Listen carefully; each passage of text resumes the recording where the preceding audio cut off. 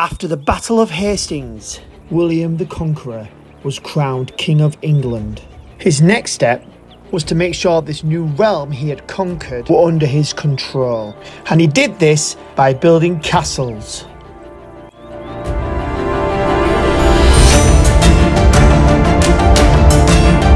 Come join me on this journey to discover how the Normans kept control of England.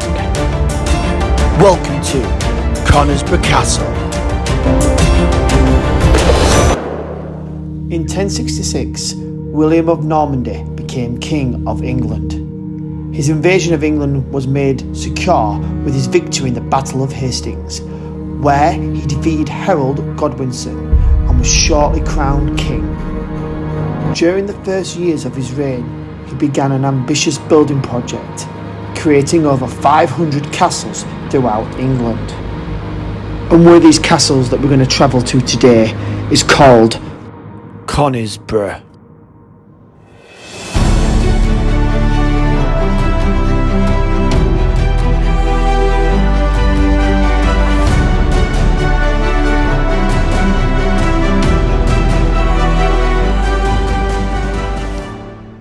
This little road down here is actually called Castle Avenue. Now, this wasn't the name given to this road back in 1080. This came about much later when they were trying to get tourists to come look at the castle, and this little road got called Castle. But what's interesting is the word castle. Now, let's have a think. Before the Battle of Hastings, the Anglo-Saxons ruled Britain and ruled England. Now, there's evidence to suggest that their towns were fortified by walls and turrets, but castle was actually a French design, and the word castle comes from castel, which means fortified area. Before we begin our tour of Conisbrough Castle, we need to make sure that everyone is familiar with all the terminology involving castles. Please take a second to find this diagram on your sheet and let's fill this in together. Our first word is the motte. This is the hill. This would have been man-made if it was required. On top of the motte is the keep. This is where the Lord would live. Next, surrounding the castle is a wall called the palisade. These would usually be constructed with wood first and then replaced with stone later. Below the motte and inside the palisade is the bailey. The bailey was the centre of domestic life within the castle and could contain a variety of different buildings such as halls, kitchens, stores, stables and even chapels. To get through the palisade and to enter the bailey, we must enter using the drawbridge. And sometimes this went over the moat, which was an extra added defence around the perimeter of the castle. And finally, the bridge connected the keep to the bailey. This type of castle was a motte and bailey castle, and this was very typical around 1080. When Conisbrough Castle was first constructed, it would look very similar to this in 1080. But as time went on, the wood slowly got replaced by stone, and now we have the castle that you see today.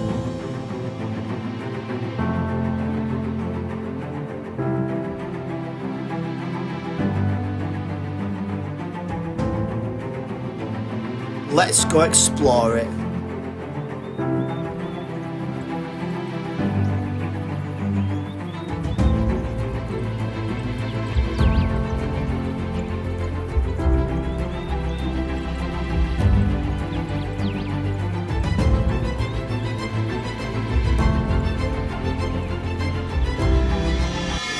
Here we are on the outside of the bailey.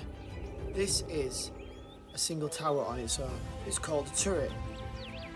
And we've got one over to the side over there and there. And these rung along the bottom support and act as an outer defence to help protect the walls from anyone to get inside there.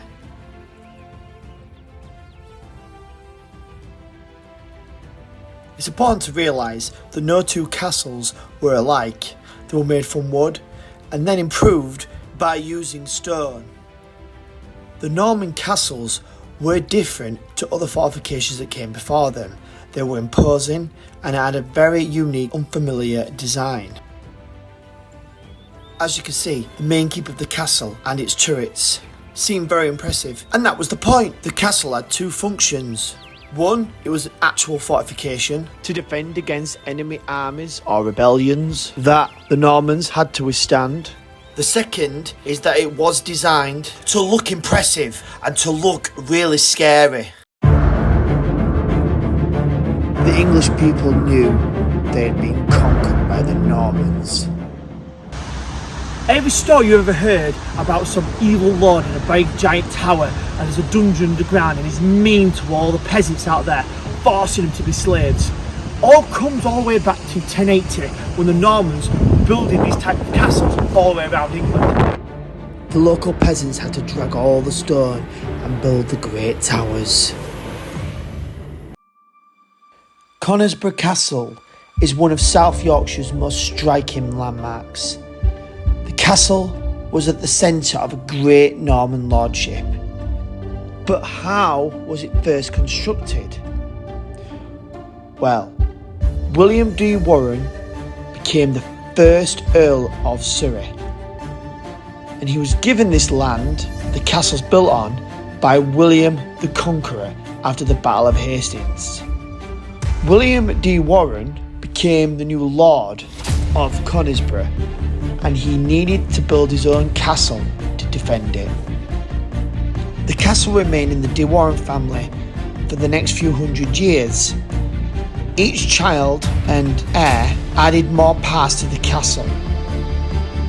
We're moving further inside the castle now, so let us explore the bailey. As we approach the inner bailey, you can see the palisade is in a ruined state. Here we are in the inside of the inner bailey, where we would have had many of the structures around. As you can see, the keep behind me. We believe by the 1300s the castle looked something like this, where there was an outer and an inner bailey. In the Middle Ages, the inner bailey would have been a very exciting, crowded place full of buildings. The first Earl de Warenne must have erected some of the timber buildings here in the late 11th century, and then his successors then expanded them to match the great keep like so, making it all out of stone. Archaeologists have found in the inner bailey in the 1960s, and they revealed the footings of stone buildings that could still be seen, as well as fragments of carved stones. These suggest that the timber buildings were rebuilt using local stone like the keep. When this castle was first erected, these walls here wouldn't have been here. They would have been wooden, not as thick, thinner, and we would call that a palisade.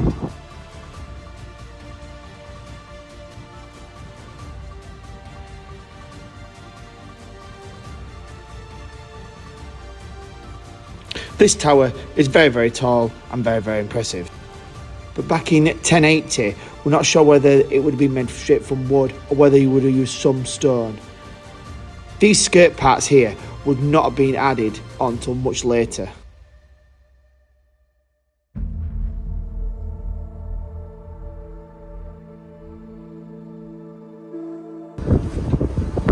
When William de Warenne started construction of this castle, like I said, the outer walls would have been a palisade made from wood. But as we slowly got into 1080 and further along down the line, and his son then inherited the castle, these wooden walls were replaced with stone. This is another example of the way it was constructed with the sort of concrete they had at the time, mixing lime and sandstone together. And here's a defensive window. I can see. The metal bars have just been added on in the last couple of years. They are not part of the castle. So you can see how thick these original walls would have been. Everything inside this inner bailey would have been built and part of the moat to support the big giant keep.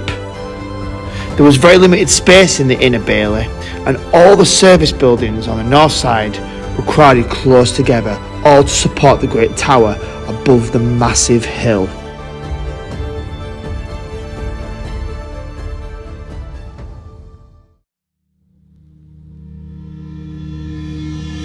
The keep was built by William de Warenne in the 1170s, and the tower is dressed with a limestone which was sourced locally.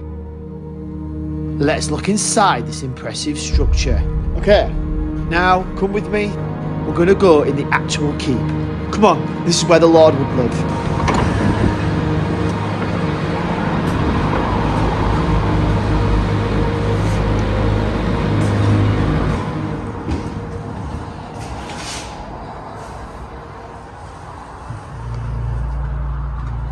This entrance chamber on the first floor has no natural light. With the door closed and without lamps or torches, the room is plunged into pitch darkness. The ground floor chamber beneath the entrance chamber is similar, has no windows and has no doors. The only access point is the hole in the centre of the vaulted ceiling. Through this opening, a bucket would have been lowered to draw fresh water from the well immediately below. The ground floor room was probably also used for storage and maybe even used to hold treasure. Now, to leave this floor, we have to take the staircase, and the arrangement of the stairs within the Great Tower is highly unusual. Great towers typically have a spiral staircase, providing independent access to all floors. But at Conisbrough, it is only possible to climb to the top of the tower by walking across the chamber on each floor.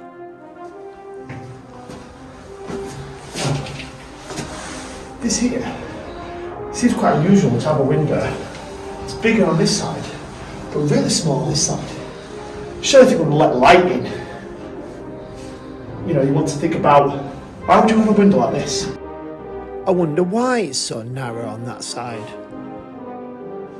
Have a think now, just for 2 minutes. Why is the window designed like this? It's not just Conisbrough. They seem to be everywhere in other castles too. What are they for? Well, the idea is, if you think about it, if you're defending this castle, you've got a bow and arrow, you can now aim in here, inside here like this, and you can actually move your arrow up and down and aim with quite a bit of movability. The best thing is, with it being such a narrow slit, no one can fire back at you. This is a really good defensive position.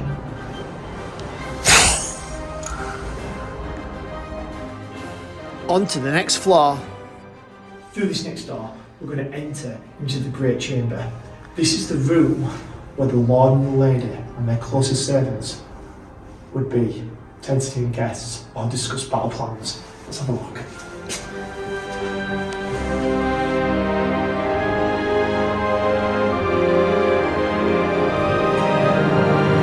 If you were to stay at the Conisbrough Castle, the De Warenne lords would have furnished the Great Chamber with a collection of fine objects and painted furniture.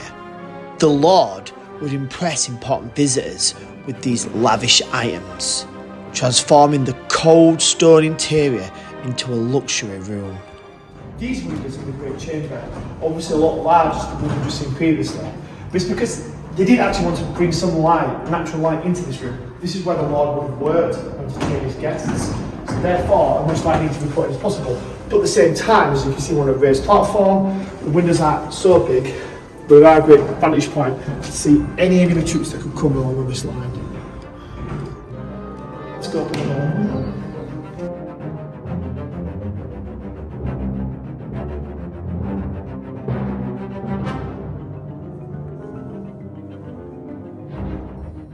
As you can see, some of these corridors are very, very narrow.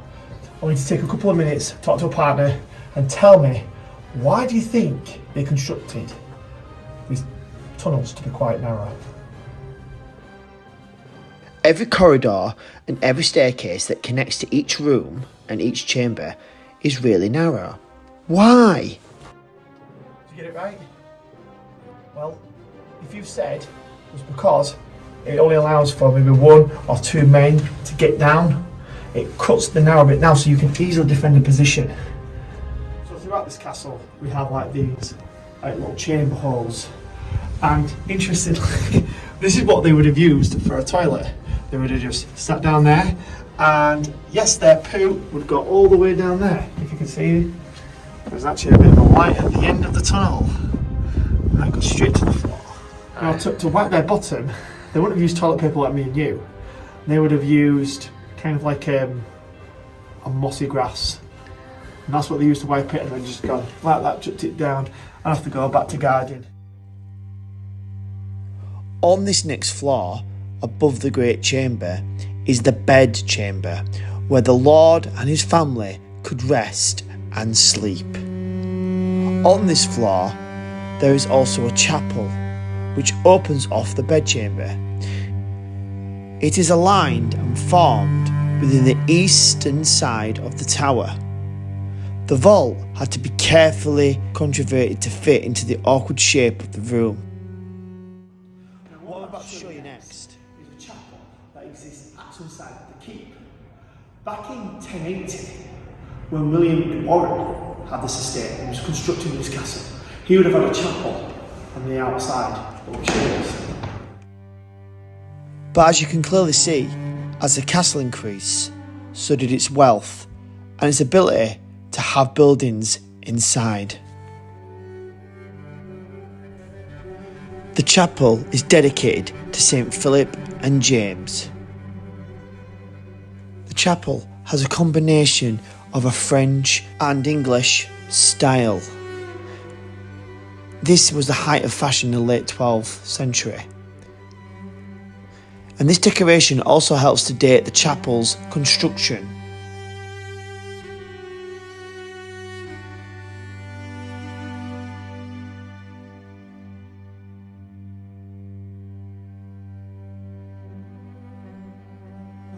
Let's go to the top. It's 30-metre keep.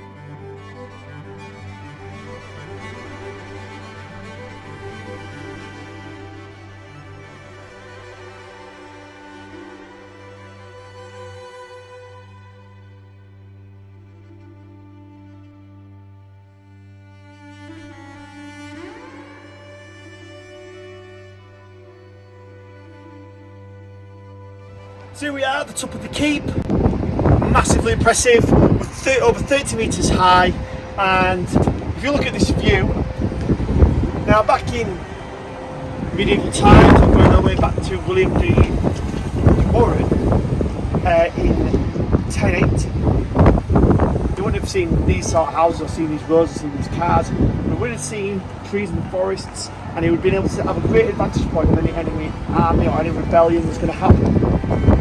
This castle was to defend this land here, to make sure the Normans stay in power.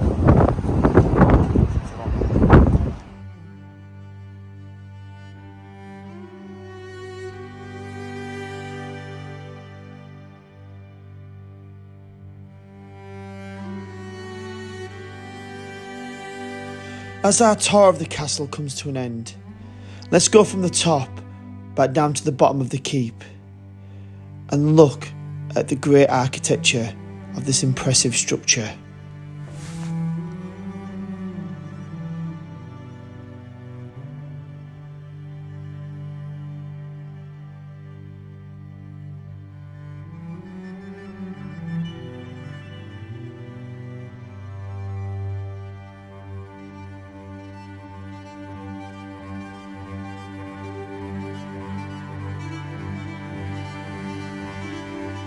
Thank you for listening.